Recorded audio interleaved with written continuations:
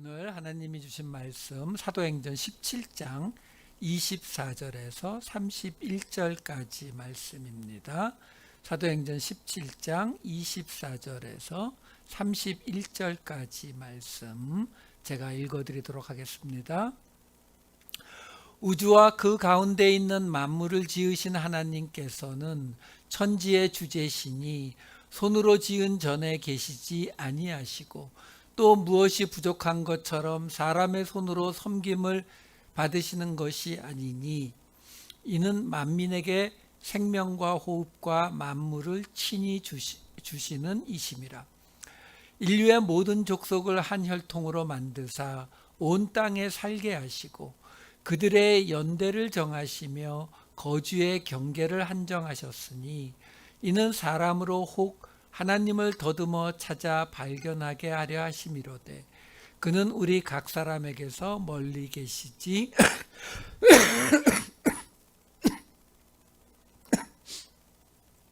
죄송합니다. 그는 우리 각 사람에게서 멀리 계시지 아니하도다. 우리가 그를 힘입어 살며 기동하며 존재하느니라. 너희 시인 중 어떤 사람들의 말과 같이 우리가 그의 소생이라 하니 이와 같이 하나님의 소생이 되었은즉 하나님을 금이나 은이나 돌에다 사람의 기술과 고안으로 새긴 것들과 같이 여길 것이 아니니라. 알지 못하던 시대에는 하나님이 간과하셨거니와 이제는 어디든지 사람에게 다 명하사 회개하라 하셨으니 이는 정하신 사람으로 하여금 천하를 공의로 심판할 날을 작정하시고 이에 그를 죽은 자 가운데서 다시 살리신 것으로 모든 사람에게 믿을 만한 증거를 주셨음이니라 하니라. 아멘. 죄송합니다.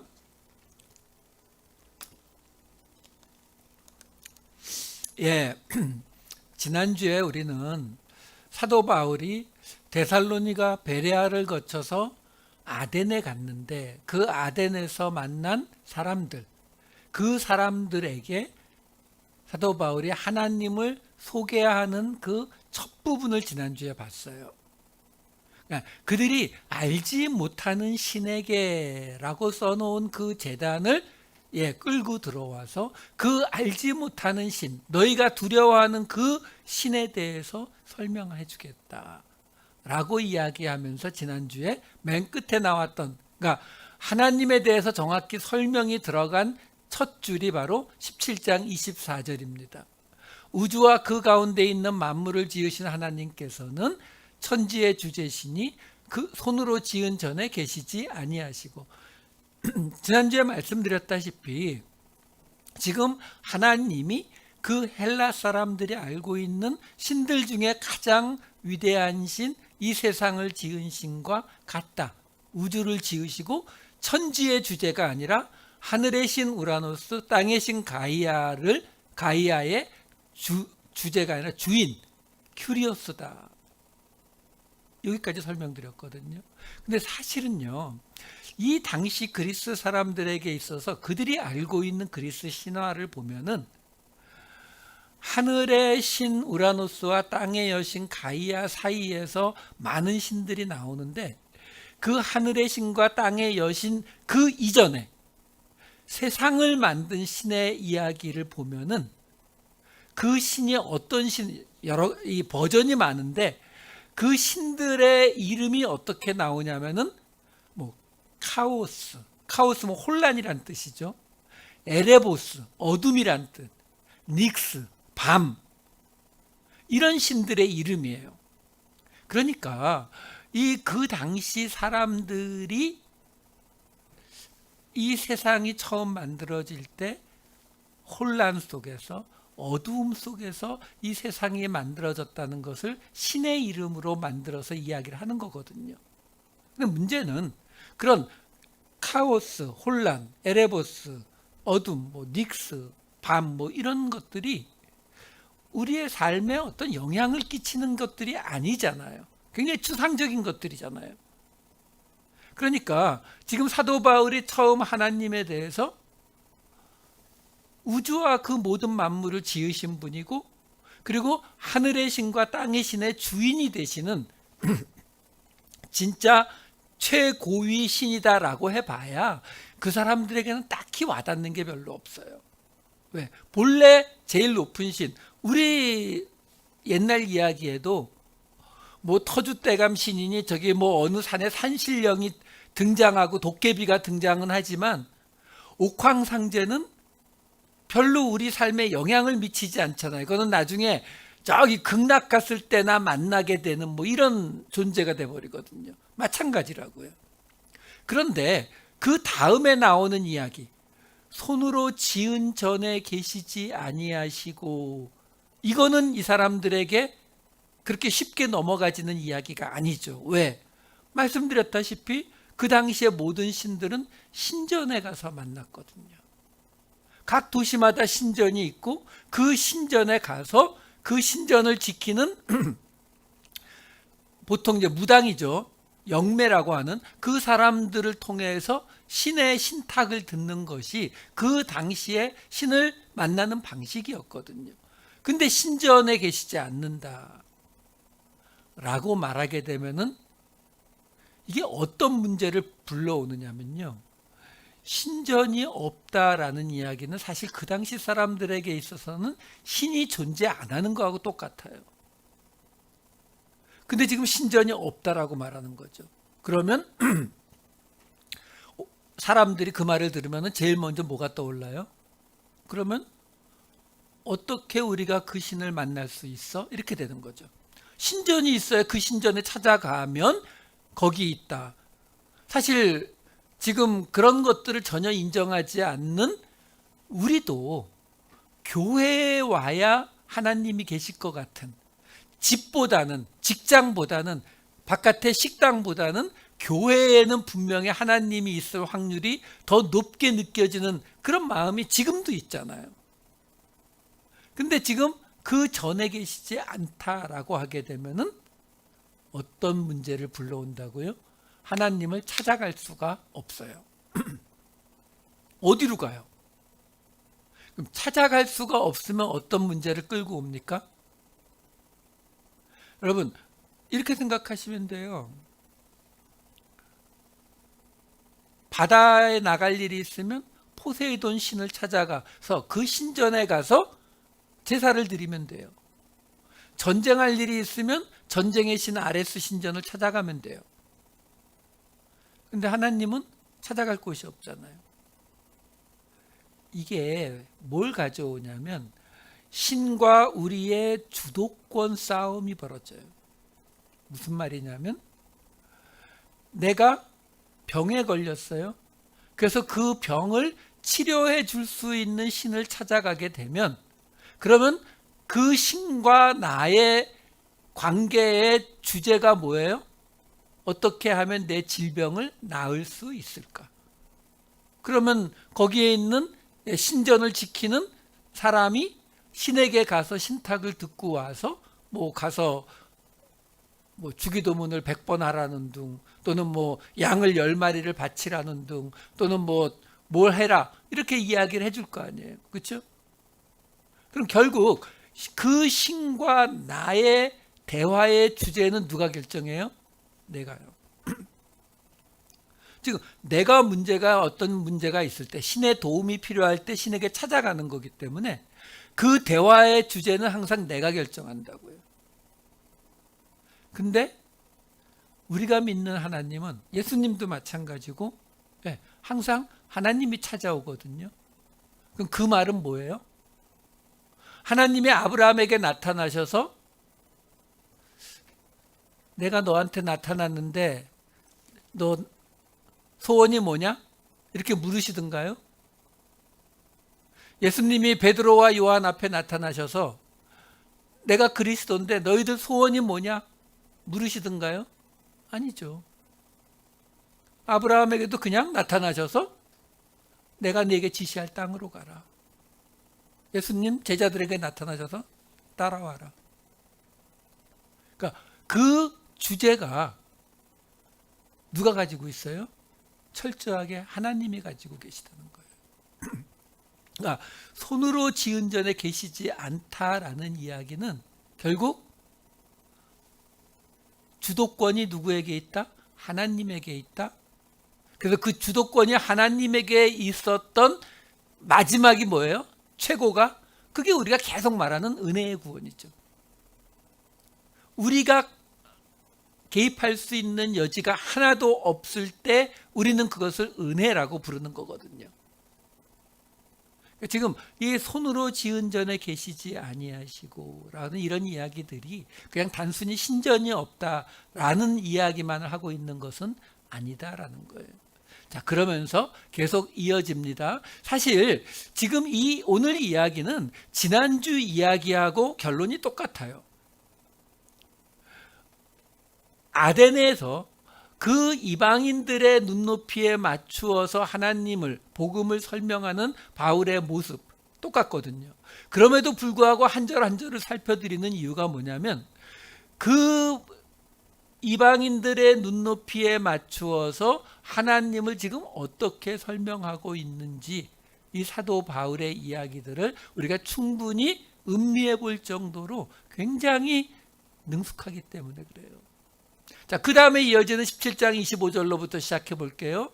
또 무엇이 부족한 것처럼 사람의 손으로 섬김을 받으시는 것이 아니니 이는 만민에게 생명과 호흡과 만물을 친히 주시는 이심이라.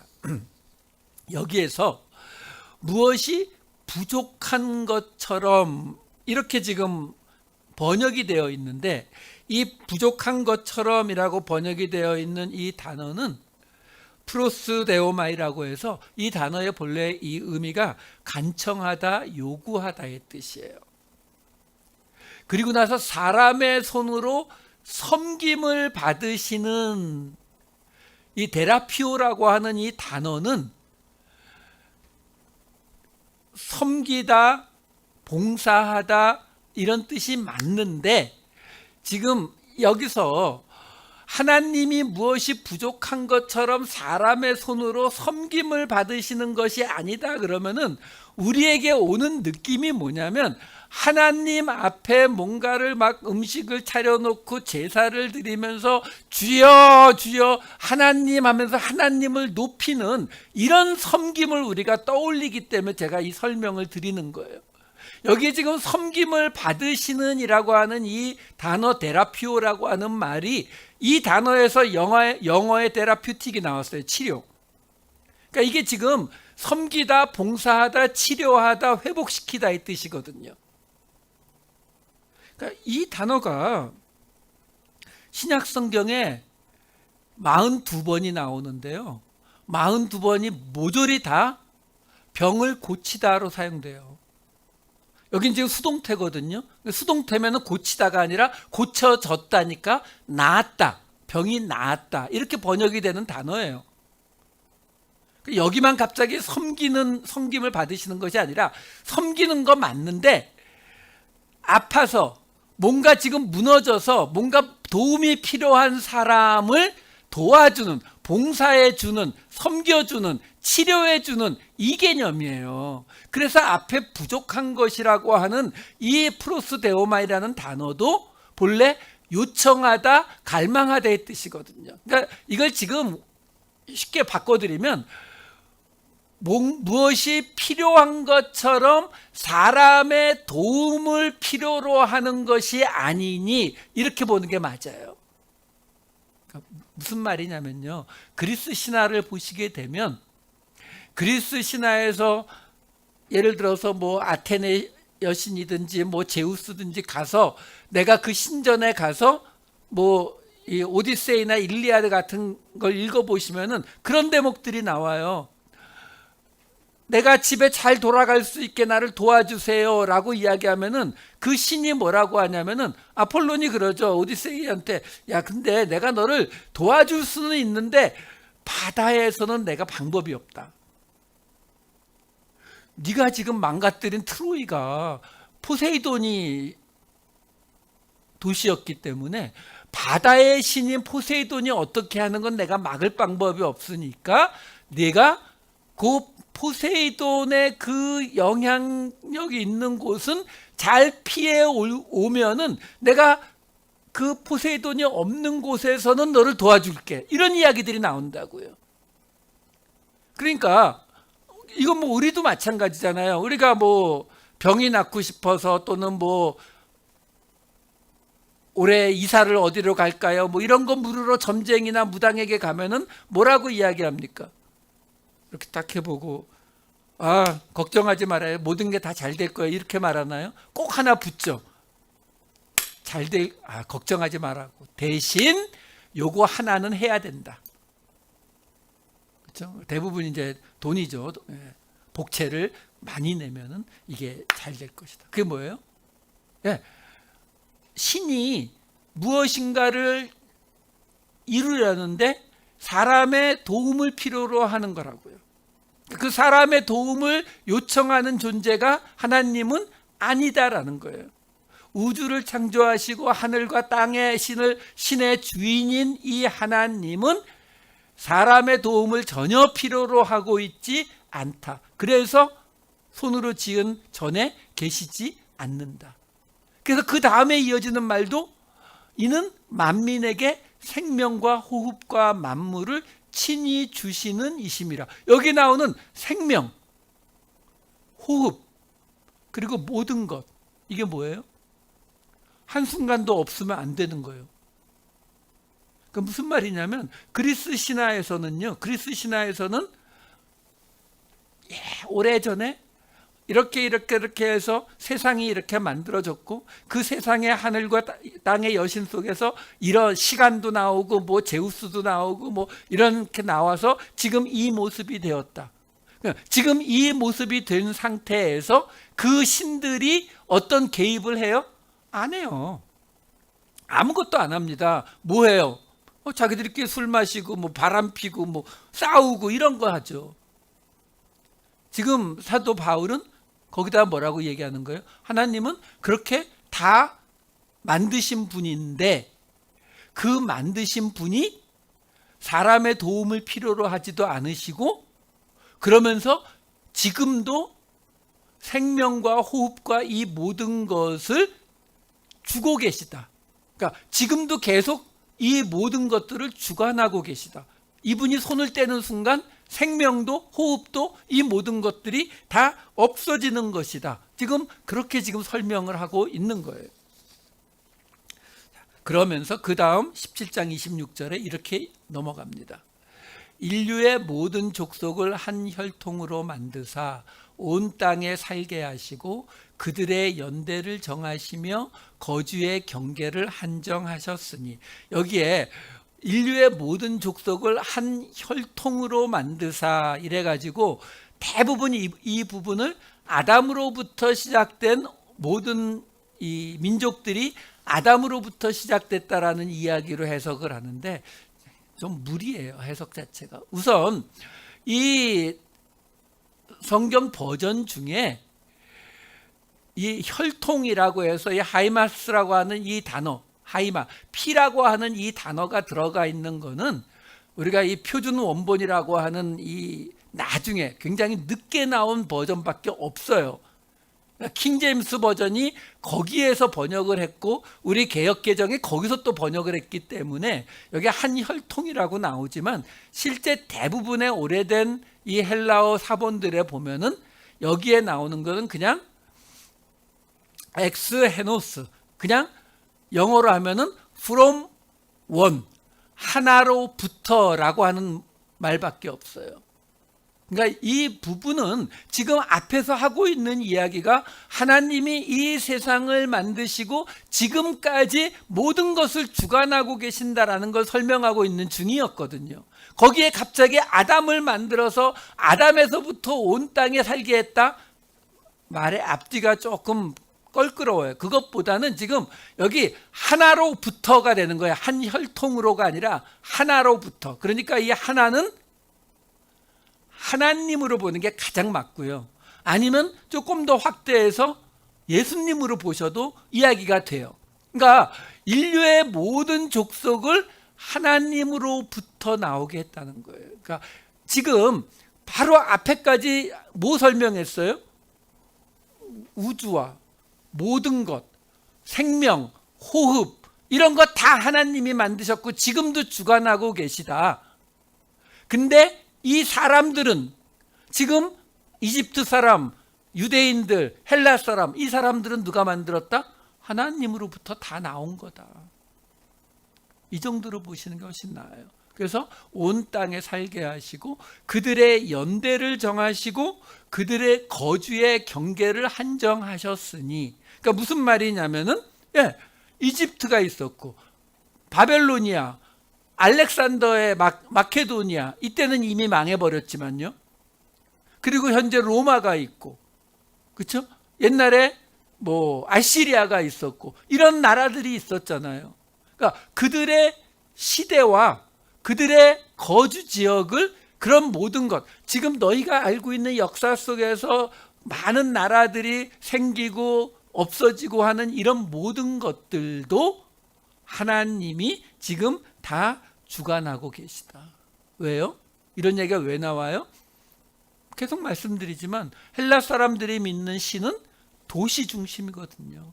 이 도시는 포세이돈, 이 도시는 아데미, 이 도시는 누구, 이런 식이었기 때문에 지금 거기에다 대고 사도 바울이 무슨 말 하는 거예요?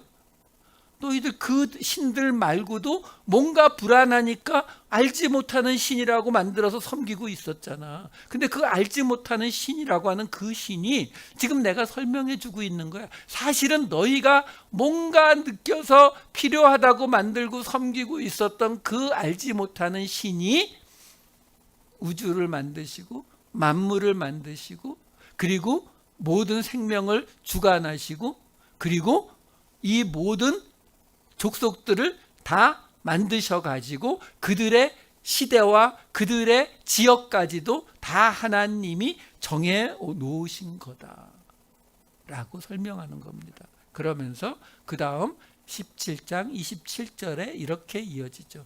이는 사람으로 혹 하나님을 더듬어 찾아 발견하게 하려 하심이로되 그는 우리 각 사람에게서 멀리 계시지 아니하도다. 여기에요, 하나님을 더듬어, 이 더듬어라고 나오는 이 푸셀라파오라고 하는 단어는 만지다의 뜻이에요. 만지다. 신약 성경에 4번 나오는데 4번이, 그러니까 요거 하나 빼면 3번인데 3번이 다 만지다로 나와요. 잠깐 보여드릴게요. 누가복음 24장 39절, 요한일서 1장 1절. 여기에 보시면은 예수님이 내 손과 발을 보고 나인 줄 알라, 또 나를 만져보라.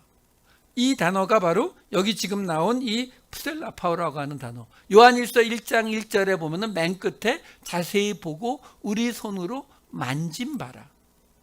이게 푸셀라파오 똑같은 단어거든요. 그러니까 무슨 말이냐면 지금 여기서 더듬어 찾아 발견하게 한다라는 이 말이 나오는데 뉘앙스를 조금만 우리가 생각해 보자고요. 그러니까 여기서 더듬어라는 말은 단순하게 그냥 장님처럼 이렇게 왔다 갔다 하다가 찾는다는 의미가 아니라 만지다, 만지는데 어떻게 만지냐면은 탐구하다의 뜻이 있어요. 조작하는, 가짜로 뭘 만든다는 조작이 아니라 우리가 무슨 기계를 조작하다. 그러니까 손으로 뭔가를 이렇게 만져서 찾아내는 것을 지금 말할 때 이 푸셀라파오를 쓰거든요. 그러니까 예수님이 나를 만져보라. 그냥 그게 괜히 그냥 타치해보라는 게 아니잖아요. 예수님이 살아있는 귀신이 아니라는 거 만져서 확인해 보라는 것이고, 요한일서 말씀도 우리가 손으로 만짐봐라라고 하는 게 예수님 있을 때 이렇게 쿡 찔러 봤다는 게 아니죠. 우리가 만져서 확인해 봤다라는 뜻이라고요. 그래서 그 다음에 이 17장 27절 다시 보여주세요. 거기 보시게 되면은 더듬어라는 단어가 그런 뜻이에요. 만져서 경험하는, 만져서 찾아내는 이런 뜻이에요. 그 다음에 여기 발견하게라고 나와 있는 이 단어는 휴리스코라고 하는 단어인데 이 단어는 마주치다의 뜻이에요. 그러니까 찾다, 발견하다의 뜻이 맞는데 어떤 걸 이렇게 돼서 마주치게 돼서 발견하게 되는 거. 그리고 찾아라고 나오는 이 제테오라고 하는 단어는 구하다, 갈망하다. 구하고 갈망해서 찾아내는 걸 말해요. 그러니까 이거를 그 뉘앙스를 우리가 감안해서 설명을 드리면 지금 뭐라고 말하고 있는 거냐면 하나님이 지금 이 온 우주 만물뿐만이 아니라 사람들도 다, 모든 부족들도, 모든 민족들도 다 하나님으로부터 나왔고, 근데 그 모든 부족들이 흥하고 성하고 어느 시대에 살아가고 어느 지역에 살아가는 이런 것까지 하나님이 다 주관하셨다. 왜? 그 속에서 하나님이 그 모든 것을 주관하셨기 때문에 사람들이 혹 아마도 하나님, 신을 찾고자 하는 그 갈망을 가지고 마주쳐서 경험하게 되게 하려고, 그래서 그 하나님은 우리 각 사람에게서 멀리 계시지 않다. 무슨 말이에요? 너희가 뭔지 모르지만 제우스 섬기고 아테네 섬기고 포세이돈 섬기는데 뭔지 모르지만 뭔가 부족한 것 같아서 알지 못하는 신에게 하면서 섬겼지 않느냐. 그게 바로 너희가 하나님을 어쩌면 만나게 되었던 그런 모멘트일 수 있다. 하나님은 멀리 계시지 않는다. 예루살렘에만 계시는 분이 아니기 때문에 지금 너희가 느꼈던 그런 것들이 바로 너희들의 삶 속에서 제우스로도 안 되고 포세이돈으로도 안 되고 아폴론으로도 안 되는데 또 다른 신이 있어야 될 것 같았던 그 느낌, 그렇게 하나님을 너희가 마주치게 하기, 경험하게 하기 위해서 하나님이 멀리 계신 것이 아니다. 이렇게 설명하는 거죠. 이게 로마서에 보면은 사도 바울이 이렇게 설명하죠. 로마서 1장 19절에서 20절. 이는 하나님을 알만한 것이 그들 속에 보임이라 하나님께서 이를 그들에게 보이셨느니라. 창세로부터 그의 보이지 아니하는 것들 곧 그의 영원하신 능력과 신성이 그가 만드신 만물에 분명히 보여 알려졌나니 그러므로 그들이 핑계하지 못할지니라.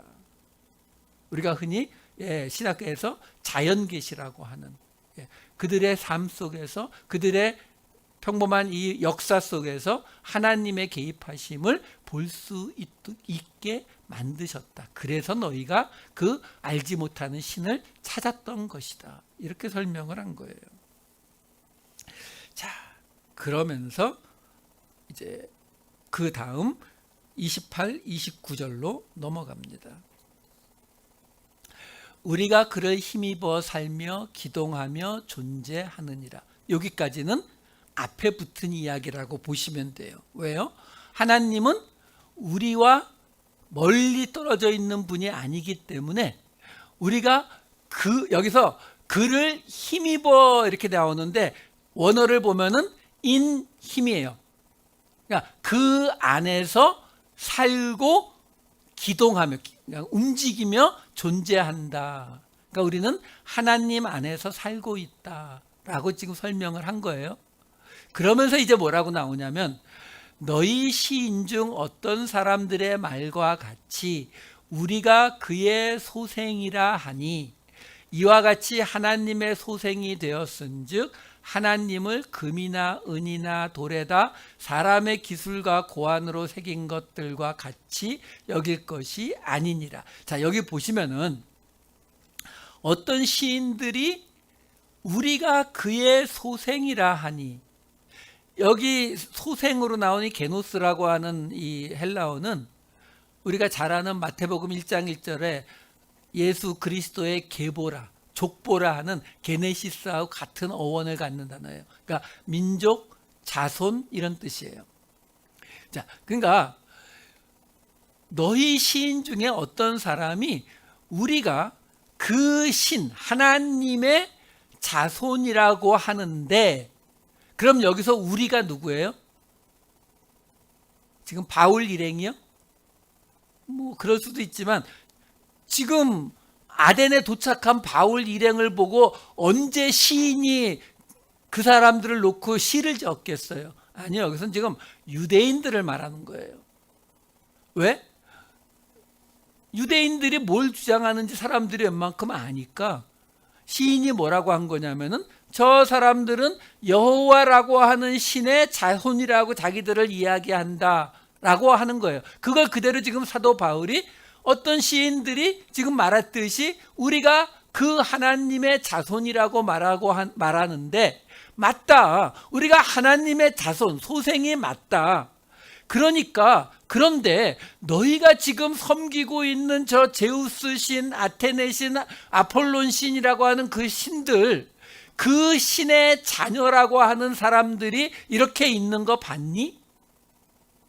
없거든요. 왜요? 그리스 신화에서 신의 자손은 누가 있어요? 신의 자손은 그냥 신이에요. 사람하고 아무 관계가 없어요.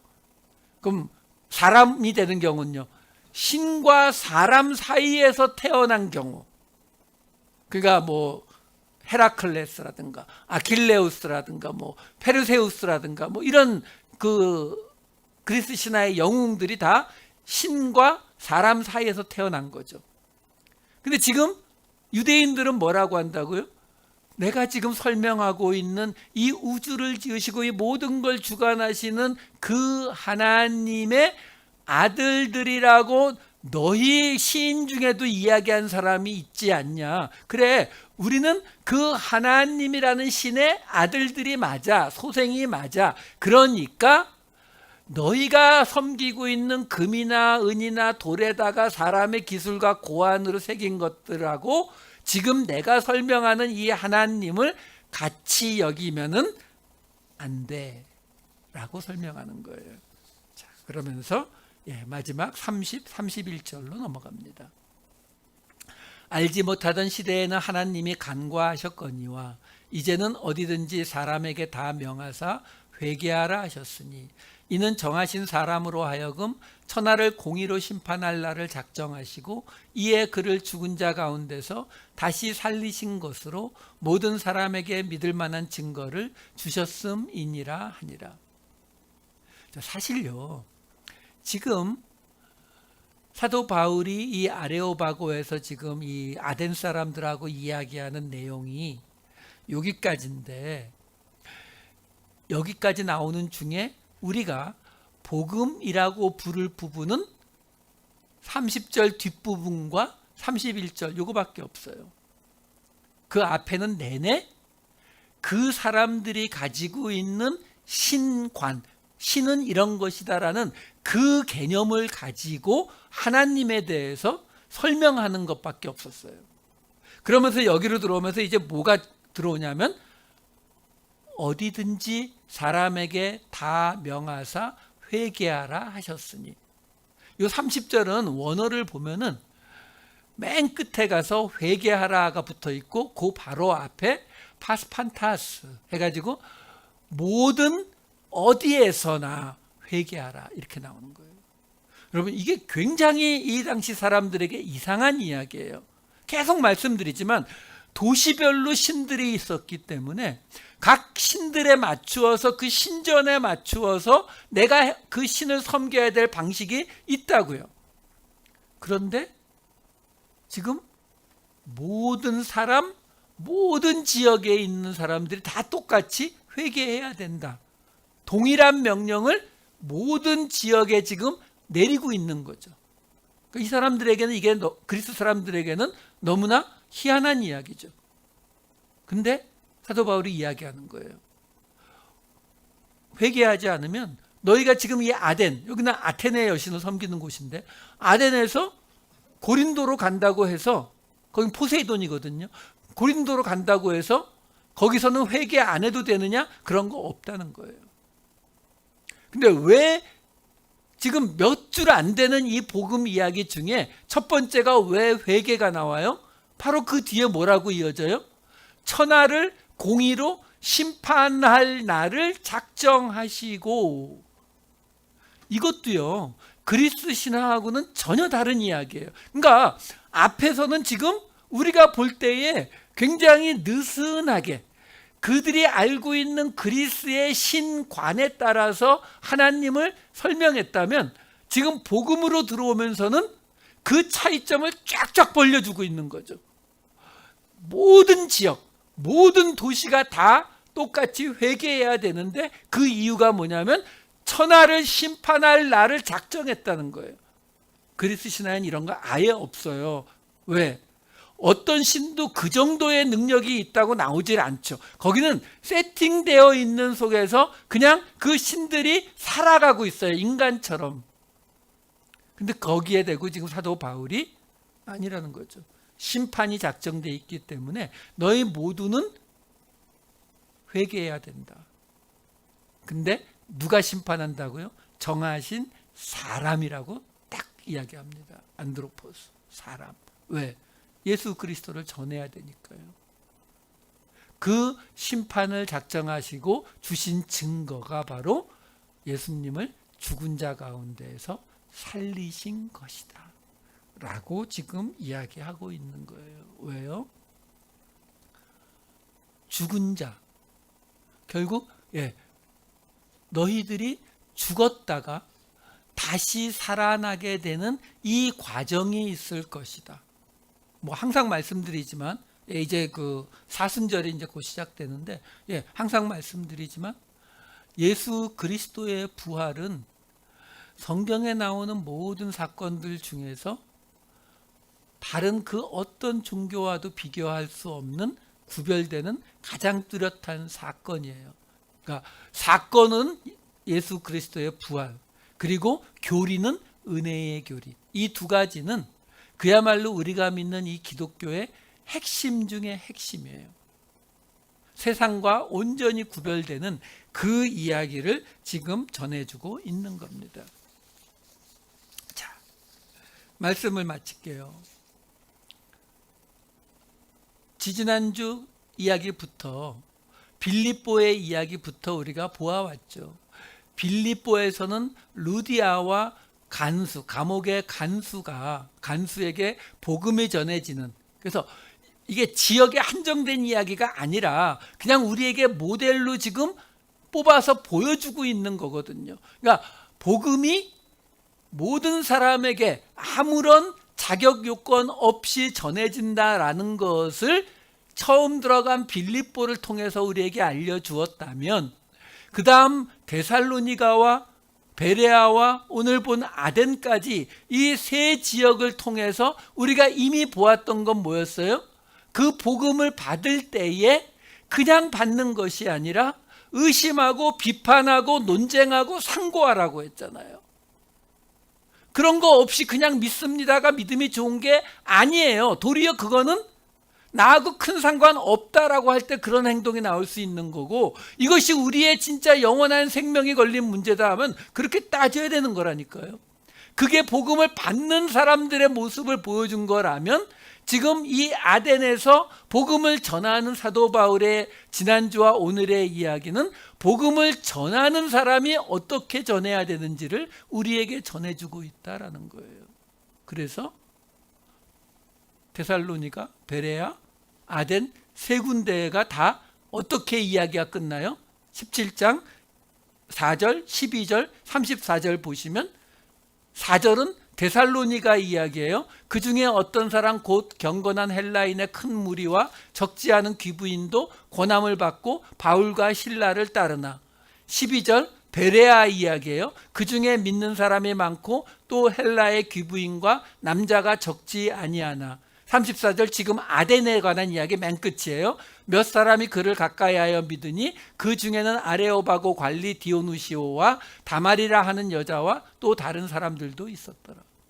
그러니까 지난주에도 말씀드렸지만 데살로니가보다 베레아가 더 낫고 뭐 아덴이 덜하고 이걸 것이 아니라 이 세 지역을 통해서 복음을 전하는 자의 모습과 복음을 받아들이는 자의 모습을 우리에게 전해주고 있는 이야기였다라는 겁니다. 복음을 받으실 때는 목사 이야기라고 그냥 믿으시면 안 돼요.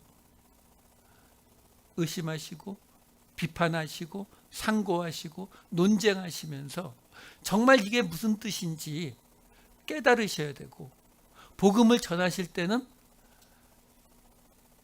낮은 자리로 섬긴다 그러면 우린 가서 발 씻어주고 이런 것만 그것도 좋은데, 언어 자체를, 복음 자체를 그들의 수준에 맞추어서 그들의 언어로 설명할 수 있어야 한다라는 거예요.